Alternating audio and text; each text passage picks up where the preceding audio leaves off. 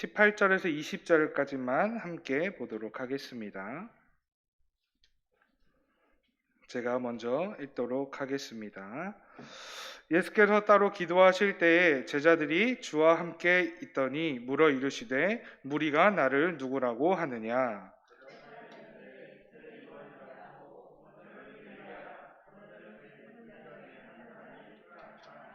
20절 함께 읽겠습니다. 예수께서 이르시되 너희는 나를 누구라 하느냐? 베드로가 대답하여 이르되 하나님의 그리스도시니이다 하니. 아멘. 오늘 하나님 앞에 드려진 헌금이 있습니다. 김성환 이하령 집사님께서 11조 헌금 하나님 앞에 드렸습니다. 우리 헌금을 위해서 예배를 위해서 함께 기도하도록 하겠습니다.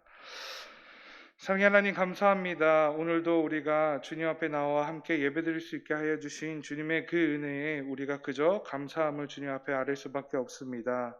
주님 하루빨리 코로나가 잠잠해서 주님 앞에 나아가 모두가 함께 예배드릴 수 있는 귀한 시간이 빨리 올 수 있도록 주님이 축복하여 주시고 인도하여 주시옵소서. 주님 또한 주님 앞에 드려진 귀한 헌금이 있습니다. 우리 김성환 집사님, 이하령 집사님이 하나님 앞에 귀한 자신의 11조를 드렸습니다.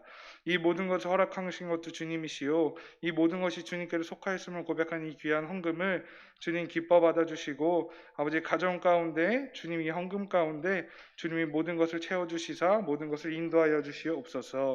주님 이 시간 드려지는 예배 가운데도 오직 하나님의 말씀만이 하나님의 영광만이 높여지는 귀한 예수의 시간 될 수 있도록 주님 축복하여 주시옵소서. 모든 것을 주님께 의탁하며 이 모든 말씀을 우리 주 예수 그리스도의 이름으로 간절히 기도했습니다. 아멘. 네, 오늘 함께 나눌 말씀은 누가복음 9장 1절로 27절 말씀인데요. 저희는 18절에서 20절만 함께 읽었습니다.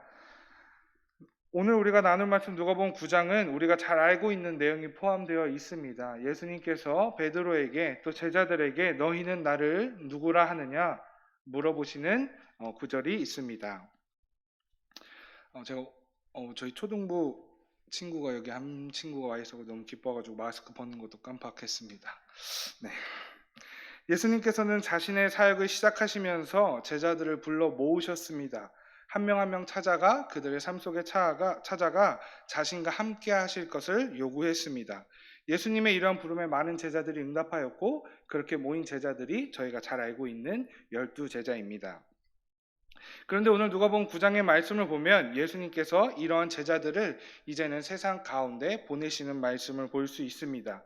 그런데 예수님께서는 이 제자들을 세상에 보내시면서 절대 그냥 빈손으로 보내지 않으십니다. 함께 누가복음 9장 1절에서 2절을 함께 보도록 하겠습니다. 예수께서 12제자를 불러 모으사 모든 귀신을 제어하며 병을 고치는 능력과 권위를 주시고 하나님의 나라를 전파하며 앓는 자를 고치게 하려고 내보내시며. 아멘. 예수님께서는 제자들을 무작정 그냥 너희는 지금까지 나와 함께 있었으니까 그냥 가라라고 말씀하지 않으십니다. 제자들을 모으시고 그들에게 귀신을 제어하고 병을 고치는 예수님의 능력과 권위를 주고 계십니다. 제자들에게 허락된 능력과 권위를 보면서 우리가 한 가지 알아야 할 것이 있는 것 같습니다. 예수님이 제자들에게 허락하셨던 이 은사와 선물이 이때 제자들에게만 해당되는 것이 아니라 오늘날 우리에게도 주신 예수님의 권위와 능력인 것을 우리가 알아야 합니다. 예수님이 제자들과 오늘날 우리에게 허락하신 이 선물은 단순히 이 세상의 질병을 치유하는 단순히 우리가 알고 있는 귀신 들린 자를 내쫓는 그러한 능력이 아니라 우리가 하나님과 단절된 관계, 그 관계를 회복하고 치유하는 그 능력을, 그 은혜를 오늘 우리에게 허락하여 주셨음을 우리가 함께 믿고 나아갔으면 좋겠습니다. 창세기 3장 24절 말씀입니다. 제가 읽겠습니다. 이같이 하나님이 그 사람을 쫓아내시고 에덴 동산 동쪽에 그룹들과 두루 도는 불칼을 두어 생명나무의 길을 지키게 하시니라. 우리는 죄로 인해서 하나님의 나라, 하나님의 에덴 동산에서 쫓겨났습니다. 그리고 하나님께서는 우리 인간의 스스로의 노력이나 자의지로 하나님 앞에 나아갈 수 없도록 지켜놓으셨습니다. 근데 그랬던 우리에게, 단절됐던 우리에게 허락된 가장 큰 선물과 능력이 있습니다. 함께 로마서 5장 21절을 읽도록 하겠습니다. 이는 죄가 사망 안에서 왕 노릇한 것 같이 은혜도 또한 의로 말미암아 왕 노릇하여 우리 주 예수 그리스도로 말미암아 영생에 이르게 하려 함이라. 아멘. 하나님의 말씀에 불순종한 죄로 인하여 하나님과 함께 살아갈 수 없는 사망에 이르게 된 우리 인간에게 허락된 가장 큰 선물은 바로 다름이 아니라 예수 그리스도입니다. 하나님의 나라에 들어가 하나님과 다시 함께 살아가게 된 것은 하나님이 우리에게 주신 능력과 권위이자 동시에 하나님의 은혜입니다. 우리가 반드시 명심해야 할 것이 있습니다. 우리가 하나님 앞에 나아갈 수 있는 것은 우리의 능력과 힘이 아니라 바로 하나님의 은혜라는 것입니다. 제자들을 보내시며 예수님께서는 다른 것을 주신 것이 아닙니다. 누가복음 9장 3절입니다. 이르시되 여행을 위하여 아무것도 가지지 말라. 지팡이나 배낭이나 양식이나 돈이나 두 벌 옷을 가지지 말며. 아멘. 예수님께서는 제자들에게 떡을 하나 주실 수 없는 분이 아니셨습니다. 예수님께서 제자들에게 충분히 많은 것들을 지어주면서 제자들을 보내실 수 있었습니다. 그렇지만 예수님께서는 다른 것을 주신 것이 아니라 예수님의 권위와 능력을 제자들에게 주신 것입니다. 예수님의 제자들이 가져야 할 것은 이 세상의 다른 걱정도 염려도 세상의 그 무엇도 아니라 바로 예수 그리스도가 진짜 누구신지를 아는 바로 그 지혜였습니다. 사랑하는 성도 여러분, 우리는 예수님을 믿고 살아가고 있습니다. 근데 우리가 정말 그 예수님이 우리의 삶 가운데, 이 세상 가운데 누구신지 잘 알고 믿고 나아가고 있는지 우리는 한번 꼭 되돌아봐야 할 것 같습니다. 예수님의 시대와 지금 우리의 시대가 과연 다르다고 해서 제자들에게 준 것이 우리에게 주지 않은 것과 무엇이 다르다고 이야기할 수 있을까요? 사도행전 1장 8절입니다. 함께 읽겠습니다. 오직 성령이 너희에게 임하시면 너희가 권능을 받고 예루살렘과 온 유대와 사마리아 땅 끝까지 이르러 내 증인이 되리라 하시니라. 아멘. 예수님께서는 그 당시에 예수님의 12 제자들에게만 그 권능과 능력을 주시면서 보내신 것이 아닙니다. 오늘 예수님을 믿고 함께 나아가고 있는 우리 은자교회 성도님 모두들 가운데 함께 불러주시어 성령의 능력과 권위를 주신 것입니다. 복음을 이 땅 가운데 삶으로 입으로 전하며 살아가야 하는 사람들이 바로 그리스도인입니다. 그리고 그 그리스도인들이 한 명 한 명 모여서 함께 예배드리고 하나님의 사역을 감당해 나아가는 것이 바로 교회입니다. 그 교회 안에 있는 우리 모두가 강도사인 저뿐만이 아니라 교회에서 일하고 있는 교역자들 뿐만이 아니라 오늘 우리 모두가 하나님의 복음을 전해야 하는 복음의 일꾼인 것을 우리가 함께 알고 나아가기를 소망합니다. 이제 예수님의 파송을 받아 각 마을로 다니는 제자들은 능력과 권위로 복음을 전하고 병든 자를 고치는 모습을 볼 수 있습니다. 여기서 우리가 또 한 가지 바라보아야 할 것이 있습니다. 우리가 복음을 전하는 것에 있어서 때로는 막힐 때도 있고 때로는 열매가 보여지지 않을 때도 있다는 것입니다. 누가복음 9장 5절 함께 읽도록 하겠습니다.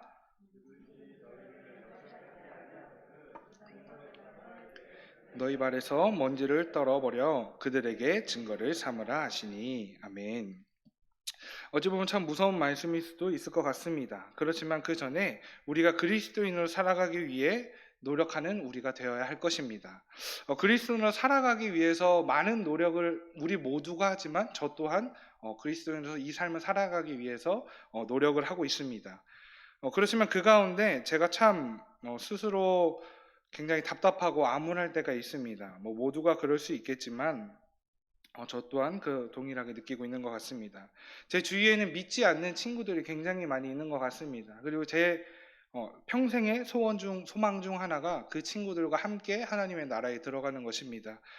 근데 그 친구들에게 입을 통해서 삶을 통해서 내가 교회를 다니고 그리스도인이라는 것을 보여주고 전할 때 그 친구들의 하나같이 똑같은 반응이 있습니다.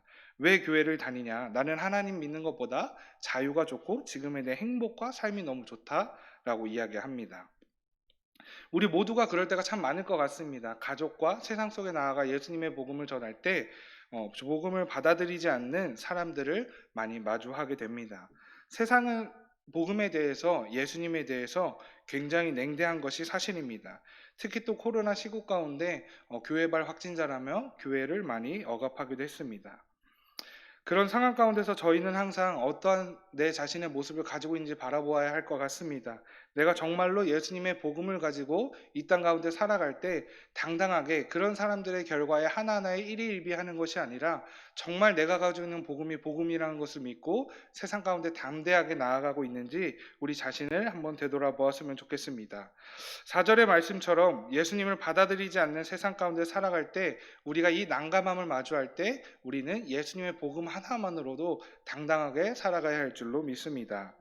제가 항상 어려움 가운데 있을 때 이 말씀이 저에게 너무나 큰 위로가 되는 것 같습니다.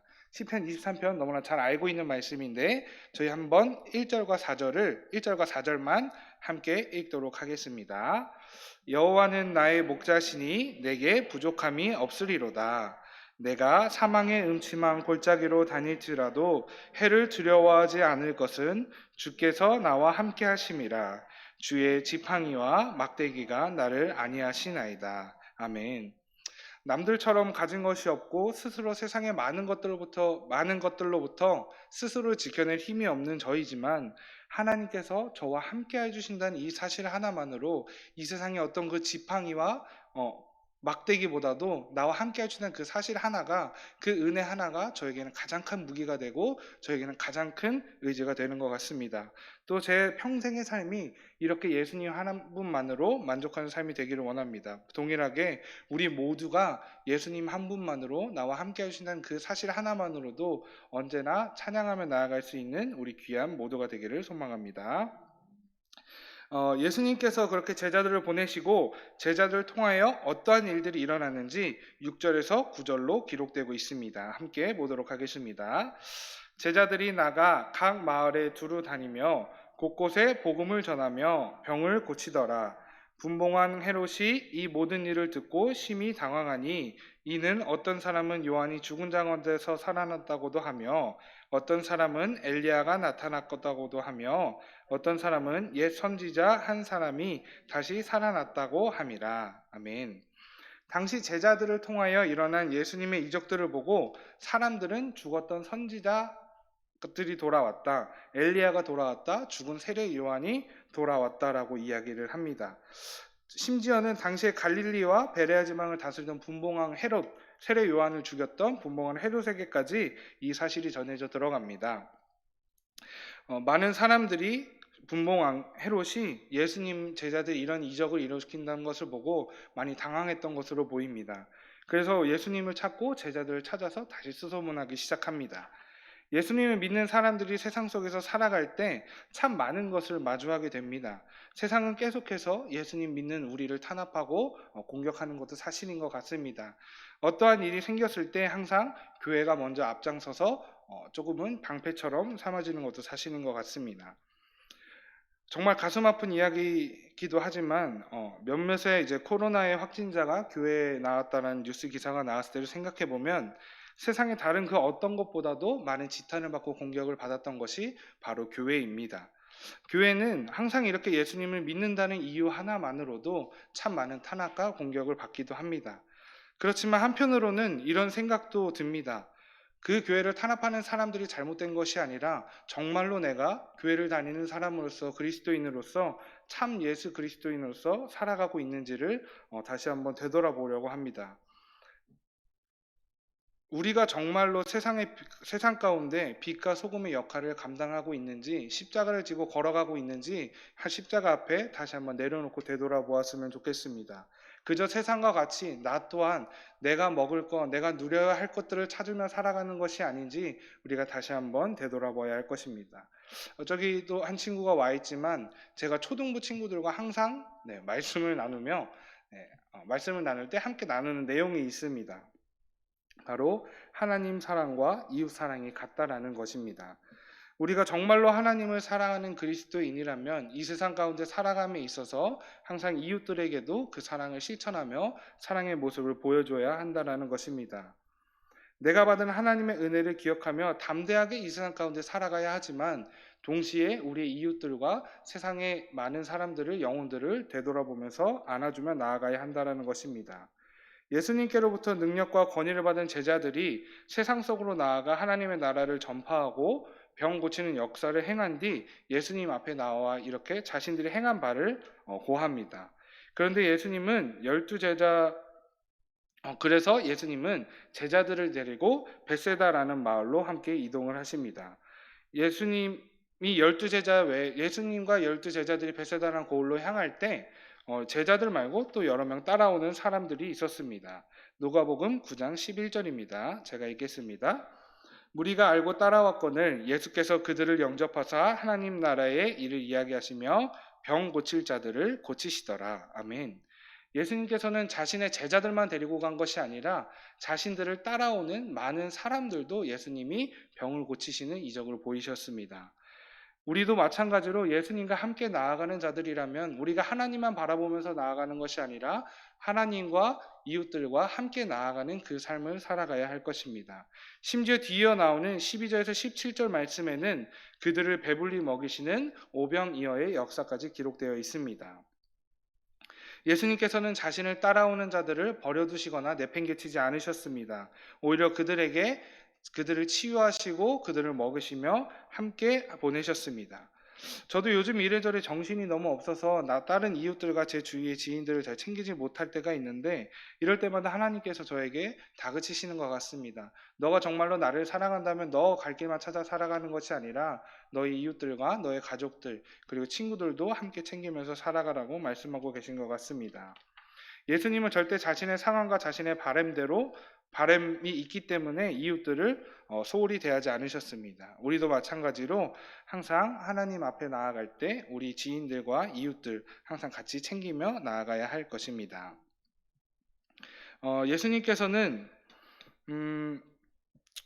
예수님께서 그렇게 제자들과 이야기를 나누시고 사람들을 챙기시고 따로 12제자들을 불러서 이렇게 물으셨습니다. 누가복음 9장 18절로 20절입니다. 함께 읽겠습니다. 예수께서 따로 기도하실 때에 제자들이 주와 함께 있더니 대답하여 이르되 침례 요한이라고 하고 더러는 엘리야라 더러는 옛 선지자 중에 한 사람이 살아났다 하나이다. 예수께서 이르시되 너희는 나를 누구라 하느냐? 베드로가 대답하여 이르되 하나님의 그리스도이시다 하니. 아멘. 사람들이 나를 누구라 하느냐? 예수님께서 제자들에게 물으셨습니다. 세례 요한이라고도 하고 또 선지자 이사야라고도 합니다. 예수님께서 다시 물으셨습니다. 그러면 너희는 나를 누구라 하느냐? 베드로가 대답합니다. 하나님의 그리스도인이시다. 예수님은 제자들과 많은 시간을 이전부터 보내셨습니다. 제자들에게 그리고 많은 사람들에게 많은 이적을 보이시고 하나님 나라의 메시지를 많이 전하셨습니다. 또 그것을 통하여 예수님이 어떤 분이신지까지도 꾸준히 말씀하시고 보이셨습니다. 그렇지만 사람들은 그 예수님이 여전히 어떤 분인지 잘 모르는 사람들도 많았습니다. 그렇다면 그 제자들과 다른 사람들을 떠나서 지금 오늘 나에게 예수님은 어떤 분이신가요? 베드로의 고백처럼 우리에게 예수님은 정말로 하나님의 아들이시고 나를 구원하실 예수님 메시아이신지 우리의 삶을 되돌아보았으면 좋겠습니다. 예수님께서 이렇게 말씀하십니다. 누가복음 9장 23절로 26절 말씀입니다. 또 무리에게 이르시되 아무든지 나를 따라오려거든 자기를 부인하고 날마다 제 십자가를 지고 나를 따를 것이니라. 누구든지 제 목숨을 구원하고자 하면 잃을 것이요 누구든지 나를 위하여 제 목숨을 잃으면 구원하리라 하면서 쭉 말씀하십니다. 예수님은 제자들에게 그리고 우리에게 물으십니다. 너에게 정말로 내가 하나님의 아들 메시아라면 너는 나를 따르라 라고 말씀하고 계십니다. 구약 성경부터 신약 성경까지 계속해서 말씀하시는 메시지가 있습니다. 담임 목사님께서도 많이 꾸준히 말씀을 통해서 전하시는 메시지고요. 우리의 노력이나 행실로서가 아니라 오직 하나님의 은혜로 말미암아 우리는 구원을 받고 하나님의 자녀가 된 것입니다. 이를 우리가 함께 고백하고 믿는다면 우리의 삶 또한 반드시 그 믿는 자로서 바뀌어 살아가야 합니다. 라고 성경에서는 계속해서 말씀하고 있습니다. 세상은 그렇게 이야기합니다. 우리에게 그냥 너 대충 살아가도 된다고 세상과 적당히 타협하면서 살아가도 된다고 이야기합니다. 하나님은 너가 정말로 그 천지의 창조주이신 하나님을 믿는다면 하나님이 알아서 다 이루실 거라고.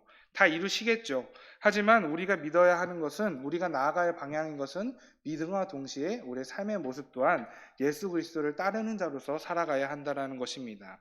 예수님은 계속해서 우리에게 매일같이 물어보십니다. 너는 나를 누구라 하느냐?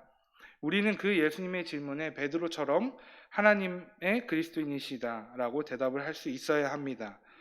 베드로는 이런 고백을 하고 나서 예수님이 십자가에 달려 돌아가실 때 예수님을 3번이나 부인했습니다. 가롯 유다 또한 예수님의 제자이지만 예수님을 팔아 넘겼습니다.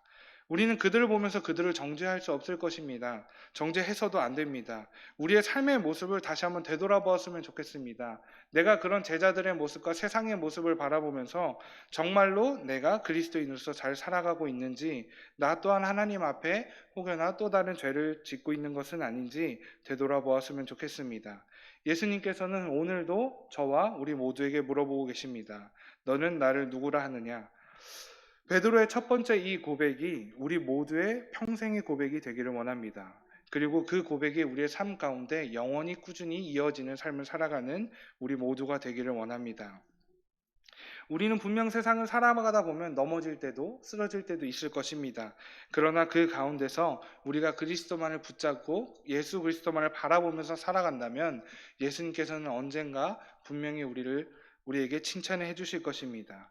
그리고 더 나아가 우리가 예수님은 살아계신 하나님의 아들이시며 나의 주님이십니다라는 고백을 평생 하고 살아간다면 하나님께서 그런 우리를 어여삐 사랑스럽게 바라보시지 않을 리 없을 것 같습니다.